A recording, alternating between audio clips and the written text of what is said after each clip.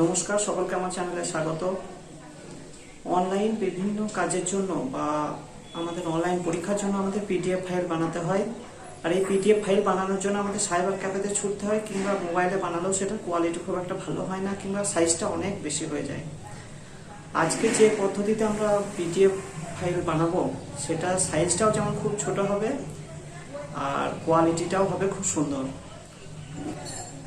আসুন দেখে নিই কীভাবে খুব সহজ পদ্ধতিতে কম সাইজের পিডিএফ বানানো যায়।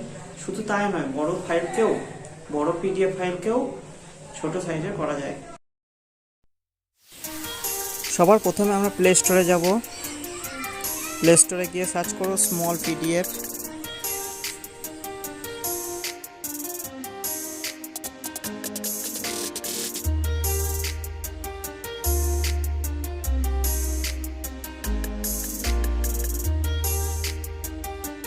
ডাউনলোড হয়ে গেছে, আমি ওপেন করছি। ওপেন করার পর এই পেজটি আসবে।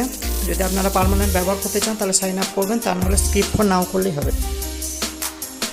নতুন পিডিএফ ফাইল ক্রিয়েট করার জন্য এই প্লাস বাটনটিতে ক্লিক করব।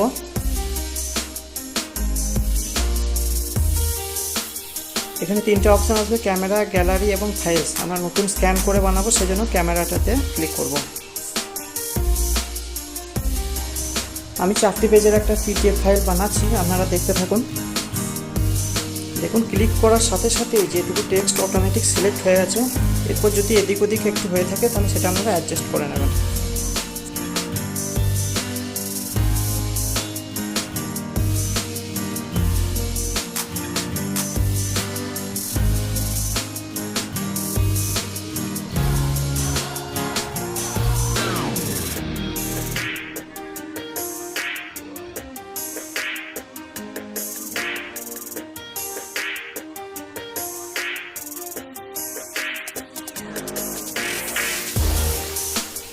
এটা দ্বিতীয় পেজ করলাম।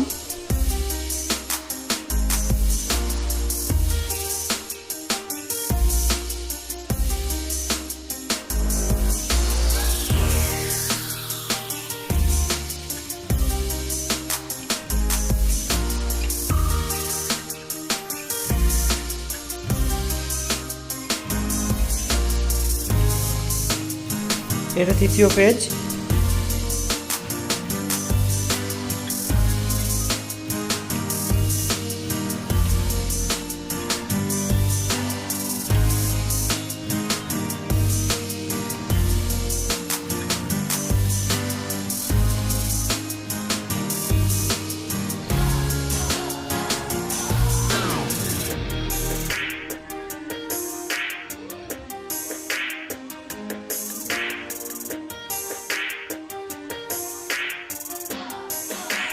এটা চতুর্থ পেজ, অর্থাৎ আমার 4টি পেজ স্ক্যান করা কমপ্লিট হয়ে গেল।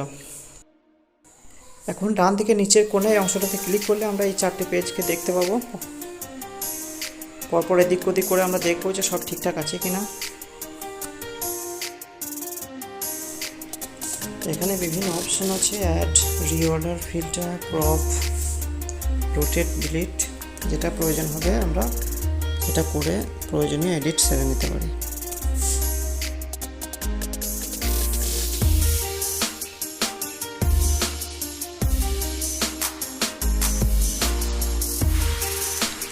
বারবার চেক করার পর সব কিছু যদি ঠিকঠাক থাকে তাহলে উপরে যে স্মল পিডিএফ লেখা রয়েছে ওখানটাতে ক্লিক করে আমরা ফাইলটাকে রিনেম করার পর সেভ করে দিলেই আমাদের পিডিএফ ফাইল রেডি হয়ে যাবে।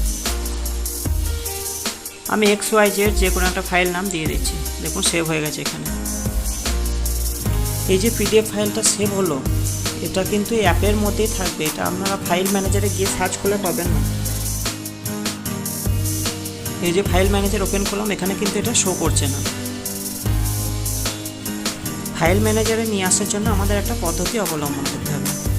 কী করবো, এই যে অ্যাপের মধ্যে দেখতে পাচ্ছি 3টে ডট রয়েছে, সেখানে ক্লিক করলে এখান থেকে সরাসরি শেয়ার করতে পারেন হোয়াটসঅ্যাপ বা বিভিন্ন মিডিয়াতে, কিংবা এখানে আছে দেখুন সেভ টু ডিভাইস, অর্থাৎ এখানে সেভ টু ডিভাইস করলে আমাদের ডিভাইসের মধ্যে এটা সেভ হয়ে থাকবে।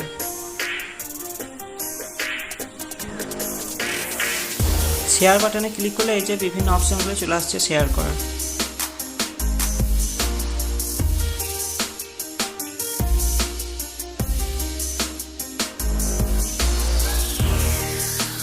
সেভ টু ডিভাইস করেছিলাম, তাই ফাইল ম্যানেজারে গিয়ে দেখি ওটা সেভ হয়েছে কিনা।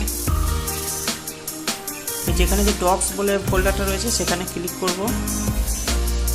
নিচে এই ফোল্ডারে প্রথমে আমরা দেখতে পাচ্ছি PDF XYZ, যেটা রিনেম করেছিলাম।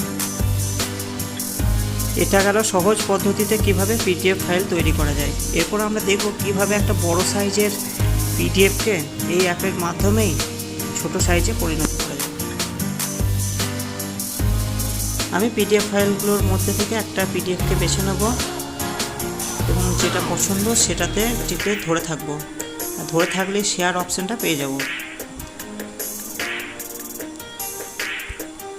শেয়ার অপশান পেয়ে গেলেই এটা প্রথম দিকে রয়েছে দেখুন, অ্যাড টু স্টোরেজ 3 নম্বরে, সেটাতে ক্লিক করলেই এই যে PDFটা সেটা ওই স্মল PDF অ্যাপের মধ্যে চলে যাবে। এরপর আবার স্মল PDF অ্যাপটাকে ওপেন করব। এখানে দেখুন কম্প্রেস PDF বলে একটা অপশান আছে, ওটাতে ক্লিক করলেই অ্যাপের মধ্যে যে PDFগুলো আছে সেটা দেখাবে। যেটা করতে চাই রিসাইজ সেটাতে আমরা ক্লিক করব। দেখুন যেটা আমরা রিসাইজ করতে চাই সেটা সাইজ হচ্ছে 18 MB। এটাকে সিলেক্ট করেছি। কম্প্রেসে ক্লিক করলে এই দুটো অপশান পাবো, স্ট্রং কম্প্রেশন আর বেসিক কম্প্রেশন। স্ট্রং কম্প্রেশন হচ্ছে প্রোর জন্য, আমরা প্রো ভার্সনে যাব না, বেসিকটাই করব। এই যে দেখুন কম্প্রেস হচ্ছে, উপরে একটা নীল দাগ সরছে।